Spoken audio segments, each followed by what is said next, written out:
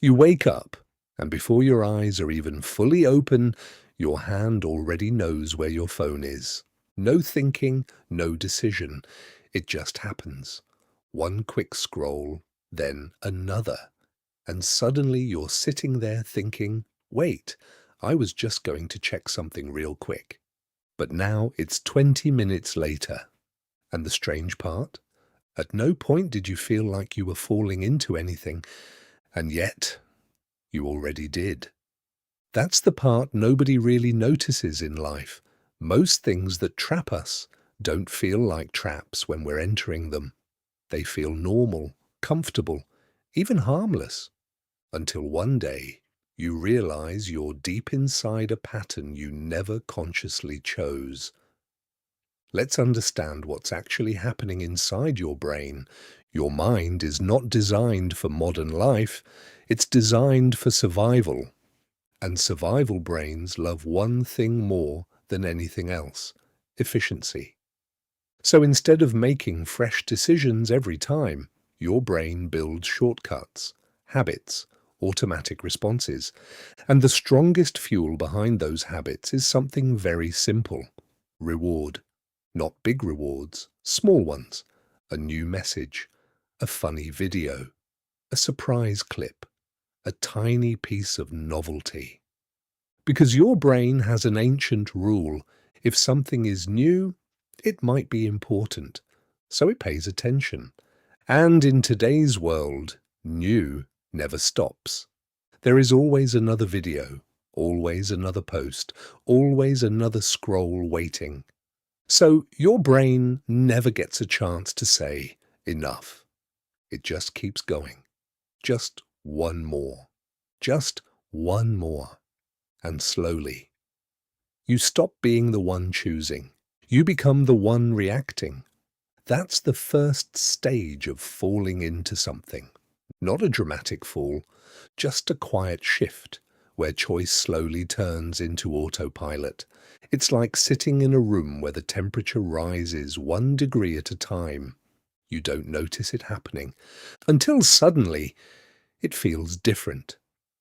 Now, let's make this even more real. Have you ever stayed in a situation that slowly stopped feeling right, but you couldn't point to a single moment where it became wrong? A friendship that slowly became one-sided. A habit that slowly turned into dependence. A situation where your boundaries kept getting slightly ignored, not all at once, just small moments, and your brain did something very clever. Instead of questioning reality, it adjusted your tolerance. This is fine. Maybe I'm overthinking. It's not that serious. Because questioning means action, and action means discomfort. So your brain chooses the easier path, adaptation. But adaptation has a hidden cost.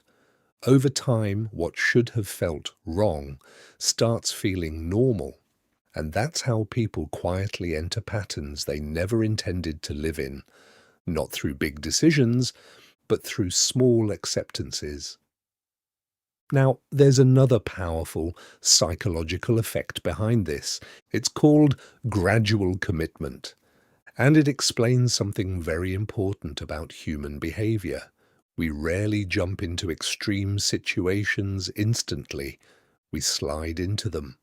One small yes, then another, and suddenly you're standing in a place you never planned to be.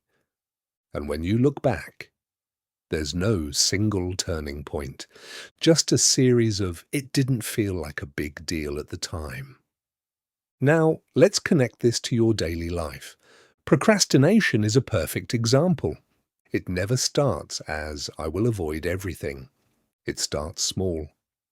"I'll do it later. Just 5 minutes.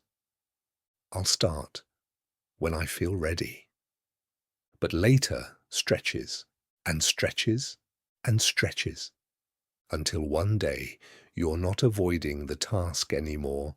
You're living inside avoidance. And the scariest part? It doesn't even feel like a decision anymore. It feels like your personality. I'm just someone who does this. But most of the time, that's not personality. That's repetition that was never interrupted.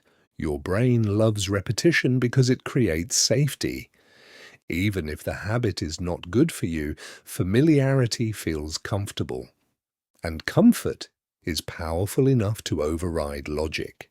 That's why people stay stuck in patterns they clearly understand, but still struggle to break. Because knowing something is wrong is not enough. The brain also has to feel safe without it. Now, there's another hidden force at play here, the sunk cost effect. This one is subtle but extremely powerful. Once you've invested time, energy, or emotion into something, your brain resists letting it go, even when it's clearly not working anymore. Because quitting feels like losing everything you already gave. So instead of stopping, you continue. Not because it's right, but because it feels less painful than letting go. But here's the truth your brain avoids. Continuing something bad does not recover the past. It only increases the present cost. And still, emotionally, it feels like, if I leave now, everything I did was wasted. So people stay longer than they should. Now, here's where this becomes really important. Even though all of this sounds like you're stuck in patterns, there is a hidden advantage here. Because if you can fall into patterns without noticing, that means you can also step out of them without needing a dramatic transformation. Change doesn't start with a big decision, it starts with awareness. That tiny moment where you notice what's happening before you act. When you feel the urge, but pause for half a second.